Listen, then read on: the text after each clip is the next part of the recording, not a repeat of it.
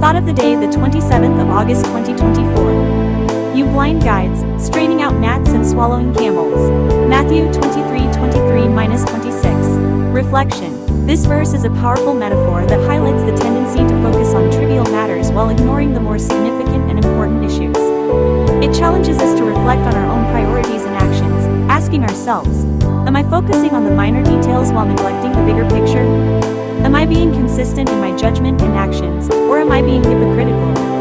What are the gnats and camels in my own life, and how can I adjust my focus to prioritize what truly matters?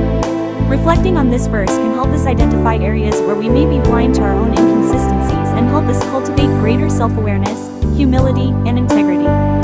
God bless.